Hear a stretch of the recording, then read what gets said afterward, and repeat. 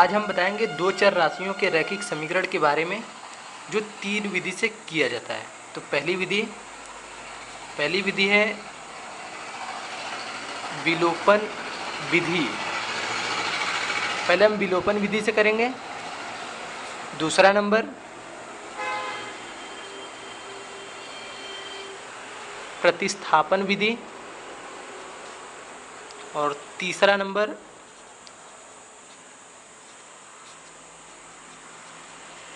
वज्र गुणनखंड विधि।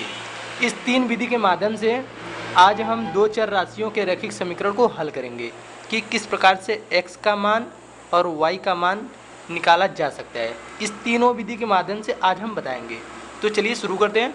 सबसे पहले एक हम क्वेश्चन ले लेते हैं, उस क्वेश्चन को तीनों प्रकार से बारी बारी से सिद्ध करते हैं। तो चलिए शुरू करते हैं। सबसे पहले हम क्वेश्चन ले लेते हैं x plus Y is equal to 3 समीकरण number 1 and 2x minus Y is equal to 3 समीकरण नंबर 2। हमने दो समीकरण ले लिया। अब इस समीकरण के माध्यम से शुरू करते हैं।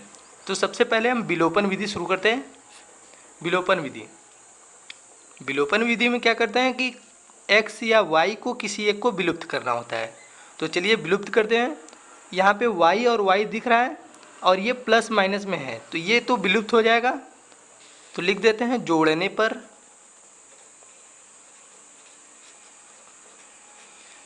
पर कोई भी चिन्ह चेंज नहीं होता है, तो ये इससे विलुप्त हो गया। अब इसको जोड़ देते हैं। 3x इज इक्वल टू 6 और x इज इक्वल टू 6/3। इसको काट देते हैं, आ जाएगा 2 या x की वैल्यू आ गई 2। इस प्रकार से x की वैल्यू तो 2 आ गई। तो चलिए अब x का मान समीकरण नंबर 1 या 2 किसी एक में रख लेते हैं। तो चलिए रखते हैं। समीकरण 1 में रखने पर तो लिख देते हैं x का मान समीकरण 1 में रखने पर रख देते हैं। तो समीकरण 1 हमारा x plus Y is equal to 3, ये समीकरण नंबर 1 है। इसमें 2 रख देते हैं, तो 2 plus Y is equal to 3 या y is equal to 3 minus 2, y is equal to 1। यहाँ पे हमने y का मान 1 निकाल लिया और x का मान 2। ये हो जाएगा x और y का वैल्यू।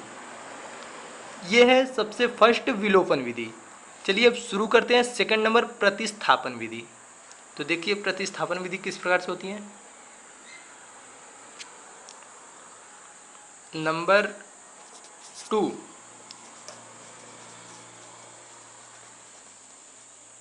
प्रतिस्थापन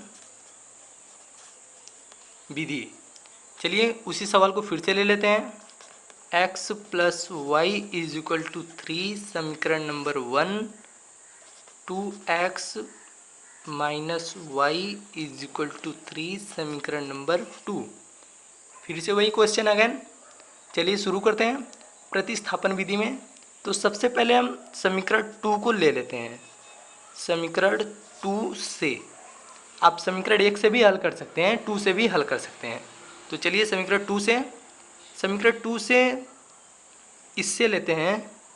तो इस 2x बराबर क्या हो जाएगा, इस y को उस साइड भेज देंगे 3 प्लस वाई या x is equal to 3 plus Y upon 2। x की वैल्यू आ गई 3 प्लस वाई अपान 2। अब इस x की वैल्यू समीकरण नंबर 1 में रख देते हैं यहाँ पे। तो चलिए रखते हैं। तो चलिए समीकरण नंबर 1 में रखते हैं। समीकरण नंबर हमारा 1 क्या है, x plus Y is equal to 3 और x की वैल्यू क्या थी 3 प्लस वाई अपान 2। ये वैल्यू समीकरण नंबर 1 में रख लेते हैं। तो चलिए रखते हैं। 3 प्लस वाई अपान 2 प्लस ये y इज इक्वल टू 3। ये पूरी की पूरी x की value plus y is equal to 3 मान हमने रख दिया। अब इसको सरल करते हैं। 3 प्लस वाई प्लस ये 2 का multiply 2y is equal to ये 2 इस साइड भेज देते हैं 6। यहाँ पे पूरे के अपान 2 होता है लेकिन उधर भेज दिए तिर्यक गुणा से 6। ये हो जाएगा। y को जोड़ देते हैं 3y इज इक्वल टू 6, इस 3 को उस साइड भेजते हैं -3 या 3y इज इक्वल टू आपका घटा देंगे 3 और y इज इक्वल टू 1। 3 से 3 cancel, y is equal to 1। अब y का मान समीकरण फिर से 1 में ही रख लेते हैं।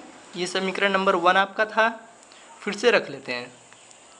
तो x प्लस वाई का मान 1 is equal to 3, x is equal to 3 minus 1, x बराबर 2। यहाँ से फिर से आपका आ गया x बराबर 2, y बराबर 1। ये आपका फिर से अगेन वही आंसर आ गया प्रतिस्थापन विधि से। तो दोस्तों अब शुरू करते हैं नंबर 3 जो वज्र गुणनखंड विधि है। तो चलिए स्टार्ट करते हैं। तीसरा नंबर,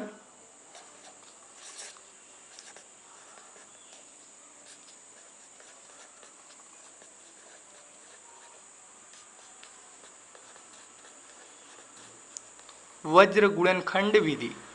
अगेन क्वेश्चन वही ले लेते हैं। x plus Y is equal to 3 समीकरण number 1, 2x minus y minus 3 is equal to 0। इसमें भी चेंज हो गए। तो चलिए चेंज तो हो गए, अब इसका फार्मूला लगाते हैं। फार्मूला क्या है? x के अपान, अब इसमें क्या मल्टीप्लाई होगा इस समीकरण के द्वारा देखते हैं। तो x तो हमने रख लिया है, अब इसको हम छुपा लेंगे। ये वाली लाइन हमने छुपा लेंगे क्योंकि हमने x के अपान रख लिया है। ये छुपा लेंगे इस तरह से। क्या बचा? ये बचा। तो इसका मल्टीप्लाई इसके साथ, इसका मल्टीप्लाई इसके साथ, चिन्ह के साथ करेंगे तो -3 मल्टीप्लाई 1 हो जाएगा -3। अब इसका मल्टीप्लाई इसके साथ तो माइनस माइनस प्लस, +3 हो जाएगा, लेकिन बीच में पहले से ऑलरेडी माइनस होता है और ये 3। अब y इक्वल टू रखेंगे y के अपान, y के अपान क्या रखेंगे? अब y को छुपा लेंगे। अब इसका मल्टीप्लाई इसके साथ। दोस्तों यहाँ पे ध्यान देने वाली बातें हैं, यदि हम इस प्रकार से गुणा करेंगे तो यहाँ पे माइनस लगाएंगे। सबसे पहले यदि इस प्रकार से गुणा ऐसे गुणा करके फिर ऐसे करेंगे, कहने का मतलब पहले ऐसे गुणा करेंगे फिर ऐसे, तो हमें माइनस रखना पड़ेगा। या पहले ऐसे रखते हैं गुणा करके फिर ऐसे रखते हैं तो हमें माइनस नहीं करना पड़ेगा। तो चलिए हम क्या करते हैं, माइनस लगा लेते हैं और ऐसे ही गुणा करते हैं। तो -3, फिर इसका गुणा इसमें करेंगे तो माइनस ऑलरेडी होता है और ये 3 दूना 6, -6 होगा, तो ये +6 कर देंगे क्योंकि इसमें माइनस ऑलरेडी है। इज इक्वल टू 1 रखते हैं। 1 जो कांस्टेंट अचर होते हैं, अचर जो ये है, इसको छुपा लेते हैं। क्या बचेगा? -1 और ये -2, ये हमने रख लिया। अब इसको हम सरल कर देते हैं। तो x के अपान ये हो जाएगा -6 इज इक्वल टू -y के अपान ये हो जाएगा 3 इज इक्वल टू 1 के अपान -3। यहाँ तक तो हमने सरल कर दिया। अब क्या करते हैं, एक बार इसको इसके साथ ले लेते हैं और एक बार इसको इसके साथ अलग अलग ले लेते हैं। तो चलिए पहले इसको इसके साथ लेते हैं। x के अपान -6 इज इक्वल टू 1 के अपान -3 इसके साथ ले लिए। तिर्यक गुणा कर लेते हैं। -3x इज इक्वल टू -6 या x इज इक्वल टू -6 अपान -3, इसको कैंसिल कर देंगे तो x अपान 2, ये x की वैल्यू आ गई 2। अब सेकंड क्या करते हैं, इसको इसके साथ लेते हैं। तो चलिए ले लेते हैं। -y upon 3 is equal to 1 upon -3, multiply करते हैं तिर्यक गुणा से। 3y इज इक्वल टू 3 या y is equal to 3 upon 3, y is equal to 1 और x की वैल्यू क्या आ गई थी? 2। ये हो जाएगी x और y की वैल्यू। तो दोस्तों इस प्रकार से 3 मेथड से हम सरल कर सकते हैं दो अचर राशियों के रैखिक समीकरण को। तो सब्सक्राइब करना ना भूले दोस्तों। नेक्स्ट वीडियो ज़रूर आपके लिए पेश होगी। तब तक के लिए धन्यवाद।